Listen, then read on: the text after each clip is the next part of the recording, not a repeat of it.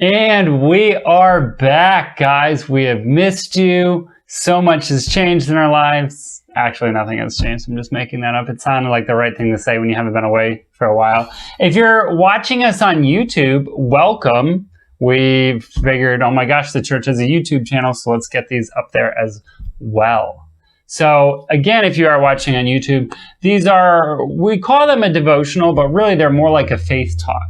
And what our hope is to do is to start a conversation, give several points of a conversation, and then kind of almost just leave it so you can watch it and then have that conversation with people around you, whether in person, electronically, however you want to interact, but it's to promote Christian conversation or religious, faith-oriented conversation in your home.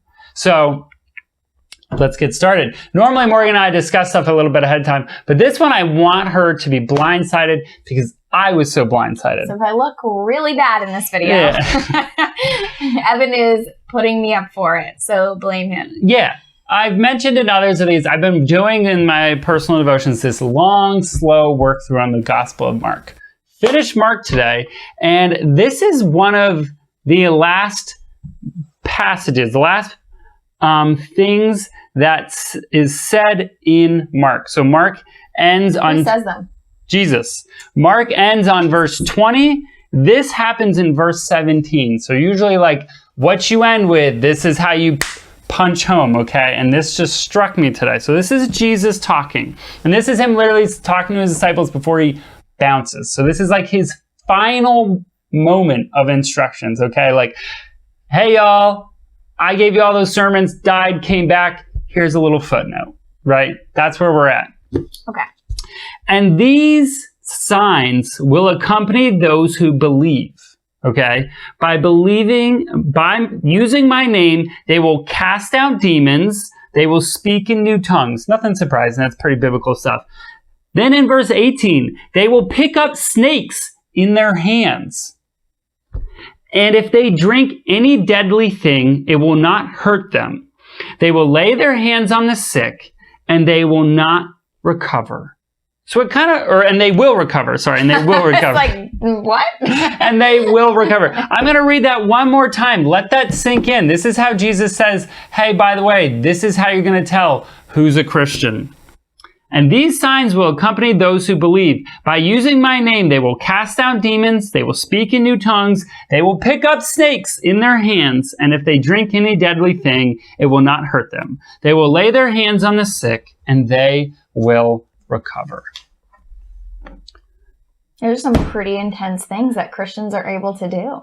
Well, it's that, and it's things that Christians don't do. Right? Like imagine, this is how I want this scenario to play out in your head, because this is how... Can you imagine coming to Supply and just being snakes and be like, yeah, pick one up? Well, you're a Christian. There are churches that do that. Oh, no, I know. And we, not you and me, but the world is like, those people are nuts. You can never get me to go to a snake church. I'm not afraid of snakes, but I ain't going to snake church.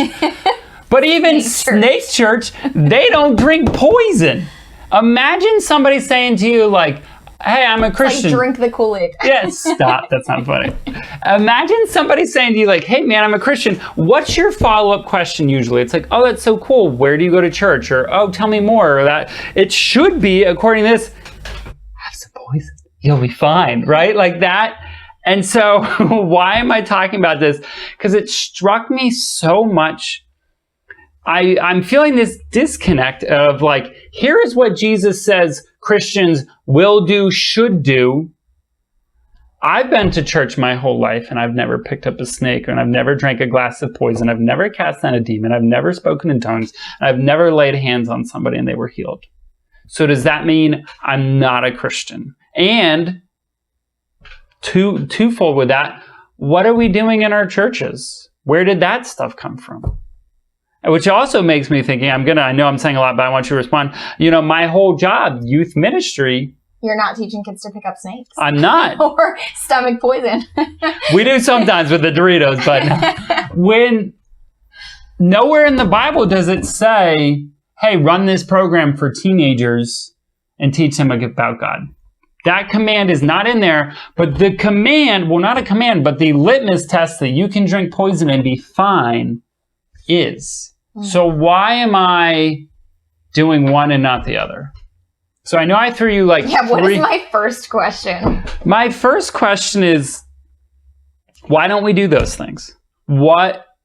Yeah, that's my, how would you react reading that passage? You've read the Bible before. Did you know that stuff was in there? Yeah. And like, I don't necessarily think it was like Jesus said, do these things. Like, that's not at all what I took from it when you read it. I took it as like, as a Christian, you can do these things. Almost. As opposed to a, go out and do these things now. Yeah. I mean, it wasn't a commandment. It was like here's how you tell somebody's a Christian. Right. Yes. But how do you tell if somebody's a Christian in America today? I mean, I would say by their actions, what they do, the things that they put forth, their knowledge of the Bible. Okay. So actions like, can you give me? I mean, I know I'm putting you on the spot here. That's okay. Like, are you doing missions trips? Are you feeding the hungry? You know, are you helping the poor? You know, are you tithing? Like, all of those things. I think those are things that, like, signal you care about others. You're being Christ-like. You're a Christian. Mm-hmm. You know, as opposed to, like, you picked up a snake, must be a Christian. Yeah, but that's... I mean, if that's the case, then the crocodile hunter must have been a real Christian. Did you just come up with that now, or you been saving that? No, I had that one. Maybe. Hold on, we're gonna really sidebar Revelation and like some of the prophecies we'll say in Daniel, because Daniel's super prophetic, always talk about false prophets and false messiahs. Maybe Steve Irwin was a false messiah picking up all these reptiles and we all just missed it. We just blew it on that one. Sorry. Could you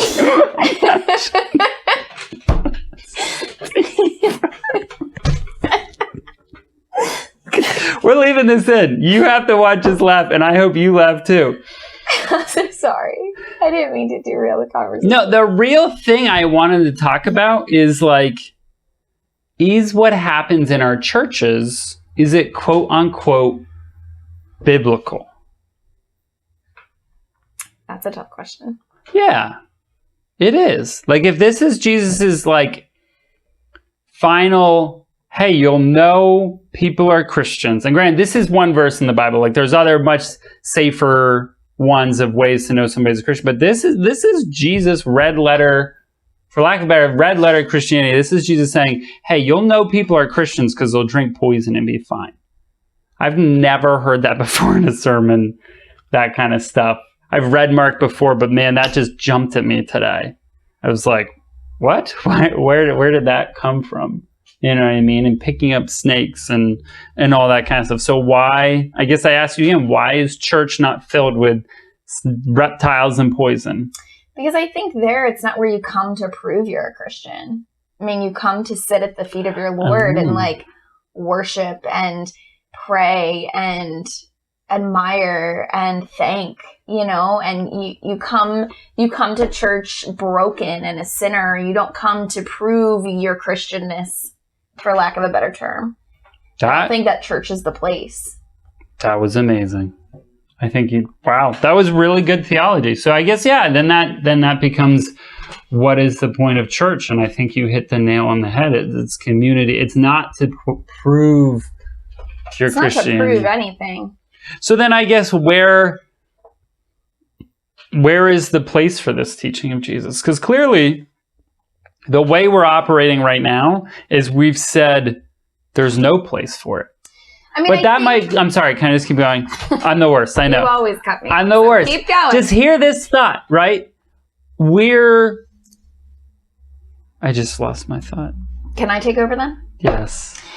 So I think at this point, I mean, there were still people, and there's still people today that don't believe in Jesus. Mm-hmm. And they're just yeah, okay, that guy, we killed him. He's gone. Yeah. But this whole thing where he's saying people will know if you're a Christian. I think these were the things that he was laying out, saying people will believe because you will be able to do these things. And therefore they will believe in me. And I think that that's, to me, that's what I take from that passage. Jesus was one of miracles. Mm-hmm. For me to pick up a snake, I'm not scared of snakes. I'm way more scared of spiders. For me to pick up a snake, it's like, okay, like I'll pick up a garter snake. Yeah. You know, and like, but I wouldn't drink poison. But I mean, if people were testing the Christians at that time or his disciples, I'm sure that like there was something like, well, prove it. Prove that you're this follower of Jesus and that you're this Christian, you know? And Jesus was saying like, these are the ways that you're going to be able to prove that you are a Christian. But I don't necessarily think that it was supposed to be sought out in church. No, I agree with you. Now, I think you've solved that question. You know what I mean? I don't think church services should be filled with drinking poison because I like that. It's not about proving anything. But now I'm thinking this might be a 30-hour video and we can't go down this road. But like as America is becoming less and less and less religious, it's because they don't believe our words, don't believe our teachings, those kinds of things, because Christianity in America has gotten less and less and less radical. You know what I mean? If some kid said to me, why should I believe the teachings of Jesus? I don't agree with you. Keep going. The last thing I would do would be slug a jug of poison. Well, what don't you agree? Hold on, time out. What don't you agree with me on? No. I just mean like, you're right. The last thing you would do is slug a jug of poison. I'm glad that you used that phrase. Yeah. But like, I mean, I think Christianity has died in America because people don't know what truth is right now. There is no truth. Or you have every single truth at your fingertips. Like there is so many avenues of finding truth on different forms of media that how, like, if I can believe in this and you can believe in this and there's all this acceptance and you believe what you want to believe and I still love you and all this stuff, I think that is why Christianity is dying in America. There's so many options. There's so many choices. There's so many avenues of truths. Mm-hmm. And I'm not saying that anything is like the ultimate truth, but there's different truths out there. We believe the Bible is the Christianity is the ultimate truth. Correct. I think, that shows the climate of America. You don't even want to say that on a video that we're going to upload online, you know, but we did a truth. Remember, we did a truth talk one of our very first ones. So we should maybe make sure that also gets up on our YouTube, the church YouTube channel.